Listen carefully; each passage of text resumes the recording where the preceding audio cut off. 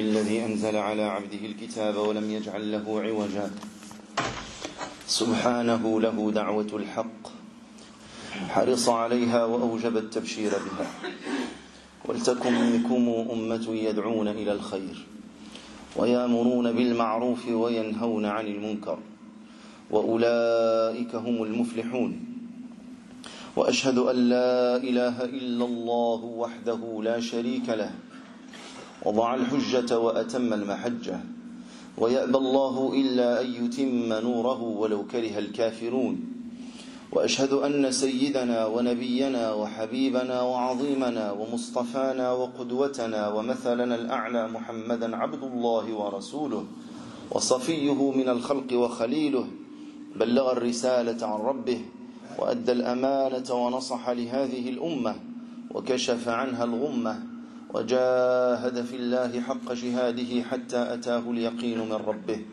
وصل اللهم عليه وعلى آله وأصحابه وأزواجه وأتباعه الذين آمنوا ولم يلبسوا إيمانهم بظلم أولئك لهم الأمن وهم مهتدون اللهم احشرني وإياكم في زمرة الآمنين ثم أما بعد.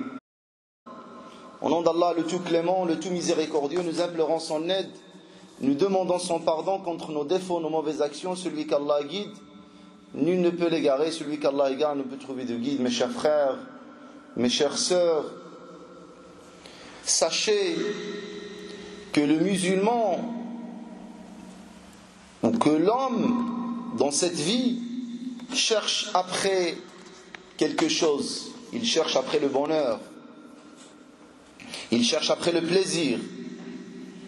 Et la religion est venue pour l'orienter vers le bon sens, vers la pureté. Si l'homme suit le chemin que la religion lui trace, sa vie sera certainement paisible et bonne. Allah subhanahu wa ta'ala, mes chers frères et sœurs, nous a créés pour être heureux, pour vivre heureux. Donc si l'homme se conduit bien dans cette vie, ici-bas, son au-delà sera quoi? Sera illuminé. J'ai dit, les prédicateurs, en ce moment, sont nombreux.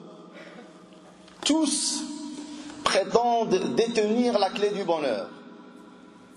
Tel dit, le bonheur est dans la pratique de la prière. Et tu te vois en train de prier, on prie. Et à un moment donné, on abandonne. Pourquoi? Parce qu'on n'en trouve pas la prière, on n'en trouve pas le bonheur. Un autre dit, le bonheur est dans l'invocation. On prend le chapelet, on invoque Allah subhanahu wa ta'ala. Et puis on abandonne. Pourquoi? Car on ne trouve pas le bonheur tant convoité.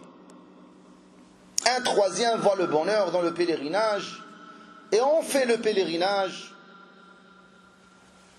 Puis comme on n'en trouve pas le bonheur non plus, le pèlerinage devient quoi? Devient un souvenir, et ainsi de suite. Et on n'en trouve jamais le bonheur, celui qu'on cherche. Quand l'esprit est malade, le corps est malade, l'âme n'a plus sa lumière, quelle adoration peut être bénéfique? Quand l'esprit est malade et la pensée est défaillante, quel enseignement peut être bénéfique? Je dis souvent, celui qui veut se tenir debout entre les mains d'Allah subhanahu wa ta'ala avant chaque prière, en vrai croyant, en disant je tourne ma face, je tourne ma face vers celui qui a créé les cieux et la terre. S'il veut avoir une seule voix, un seul visage, qu'il s'attache au bien licite, et qu'il s'écarte de l'illicite. Pourquoi? Parce que l'illicite, c'est l'illicite qui rend le corps malade. Parce que c'est l'illicite qui assombrit l'esprit. Parce que c'est l'illicite qui étouffe les lumières de l'âme. Le professeur Sallam nous dit, celui dont le corps se nourrit de tout ce qui est illicite, donc le feu d'enfer aura la priorité sur corps. Nous demandons et nos demandes restent vaines, sans réponse. Nous étudions, nos enfants font des études, et les portes ne s'ouvrent pas.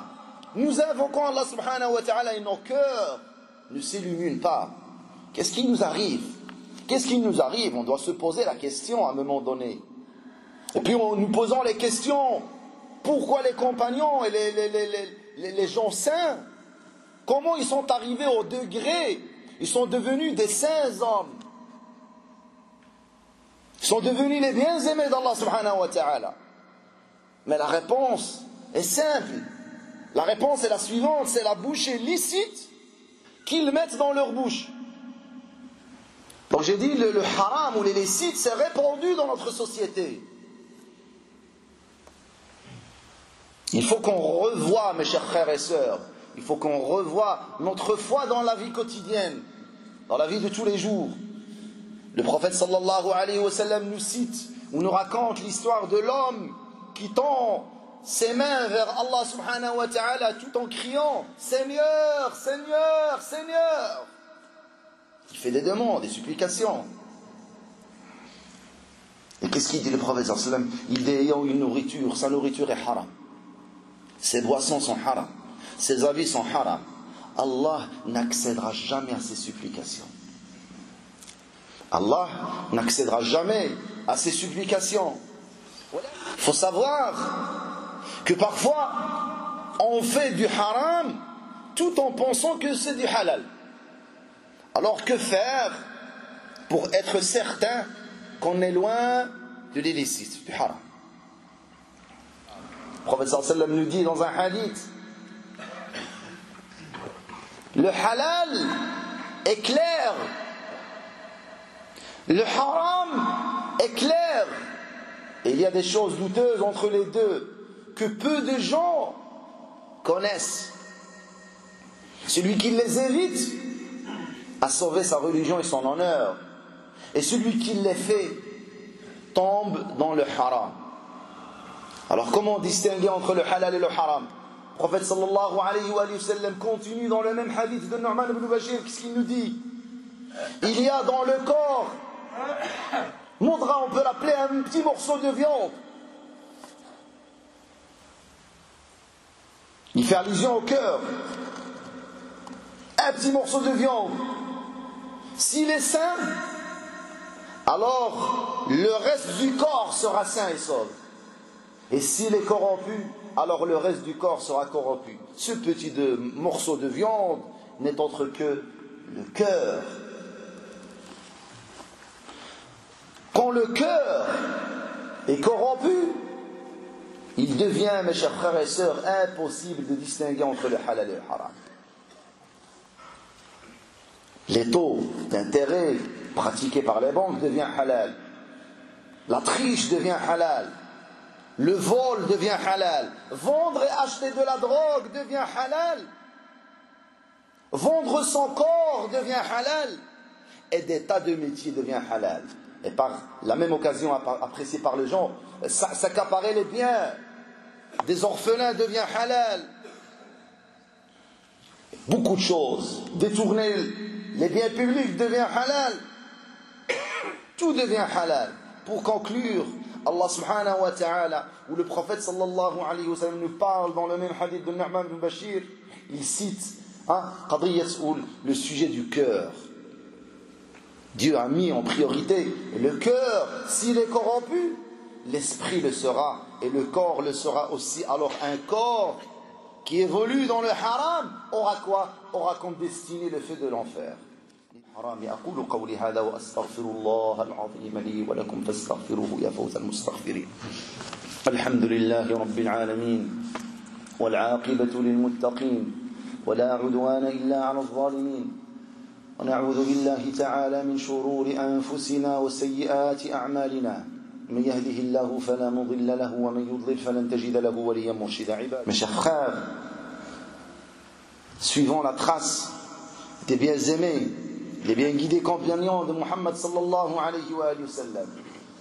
Il veille à distinguer entre la bouchée halal et la bouchée haram. Ils craignent de mettre dans leur bouche des choses haram. Ils ont peur des mots haram et ils les évitent. Ils ont peur du regard qui porte en lui le haram. Ils veillent à sauvegarder leur vie quotidienne du haram et de tout ce qui peut être douteux. Ils ont construit une vie digne et une conduite exemplaire. Ils nous les ont fait hériter saines et sauves de tout haram. Alors mes chers frères et sœurs, soyons comme eux et donnons naissance à des générations attachées à faire le halal. Alors chacun d'entre nous doit commencer par lui-même, par ses enfants, par sa famille. Éduquons-les et faisons-les grandir dans le halal. Dans ces conditions, mes chers frères et sœurs, Allah subhanahu wa ta'ala ne rendra jamais nos mains vides quand nous lui demandons. Man amila salihan falinafsih wa man asa'a fa'alayha thumma ila rabbikum turja'un. وصلوا وسلموا على من أمركم بالصلاة والتسليم عليه فقاله أصدق القائلين إن الله وملائكته يصلون على النبي يا أيها الذين آمنوا صلوا عليه وسلموا تسليما اللهم صل على محمد وعلى آل محمد كما صليت على إبراهيم وعلى آل إبراهيم وبارك على محمد وعلى آل محمد كما باركت على إبراهيم وعلى آل إبراهيم في العالمين إنك حميد مجيد وارض اللهم عن ساداتنا وموالينا الصحابة الكرام المبشرين بالجنة أبي بكر وعمر وعثمان وعلي وعن سائر الصحابة أجمعين وخصوصا الأنصار منهم المهاجرين اللهم انفعنا بمحبتهم واحشرنا يا مولانا في زمرتهم ولا تخالفنا اللهم عن نهجهم يا أكرم المسؤول ويا خير المأمول يا رب العالمين اللهم لا تدع لنا في جمعتنا هذه ذنبا إلا غفرته ولا هما إلا فرجته ولا كربا إلا نفسته ولا عسيرا إلا يسرته ولا ظالما إلا هديته ولا مظلوما إلا نصرته ولا مريضا إلا شفيته ولا طالبا إلا نجحته ولا ميتا إلا رحمته ولا مسافرا إلا سالما غانما لأهله إلا وقد رددته ولا حاجة من حوائج الدنيا والآخرة لك فيها رضا ولنا فيها صلاح إلا وفقتنا وأعنتنا عليها برحمتك يا أرحم الراحمين يا رب العالمين اللهم ارحمنا فإنك بنا راحم ولا تعذبنا فإنك علينا قادر ألطف بنا يا مولانا فيما جرت به المقادير إنك على كل شيء قدير وبالإجابة جدير اللهم اقسم لنا من خشيتك ما تحول به بيننا وبين معصيتك من طاعتك ما تبلغنا به جنتك ومن اليقين ما تهون به علينا مصائب الدنيا متعنا اللهم بأسماعنا وأبصارنا وقواتنا أبدا ما أحييتنا اجعله الوارث منا اجعل ثأرنا على من ظلمنا انصرنا على من عادانا لا اجعل مصيبتنا في ديننا لا اجعل الدنيا أكبر همنا ولا مبلغ علمنا ولا إلى النار مصيرنا واجعل يا ربنا الجنة هضارنا وقرارنا برحمتك يا أرحم الراحمين يا رب العالمين اللهم ارحم هذه الوجوه اللهم تقبل منها يا أرحم الراحمين يا رب العالمين اللهم حقق مرادها وحقق رجاءها وحقق أمانيها برحمتك يا أرحم الراحمين يا رب العالمين اللهم أرنا جميعا الحق حقا وارزقنا اتباعه أرنا الباطل باطلا وارزقنا اجتنابه ربنا لا تزغ قلوبنا بعد إذ هديتنا وهب لنا من لدنك رحمة إنك أنت الوهاب ربنا آتنا في الدنيا حسنة وفي الآخرة حسنة وقنا عذاب النار ادخلنا الجنة مع الأبرار يا عزيز يا غفار صل اللهم وسلم وبارك على سيدنا ونبينا محمد وعلى آله وصحبه أجمعين.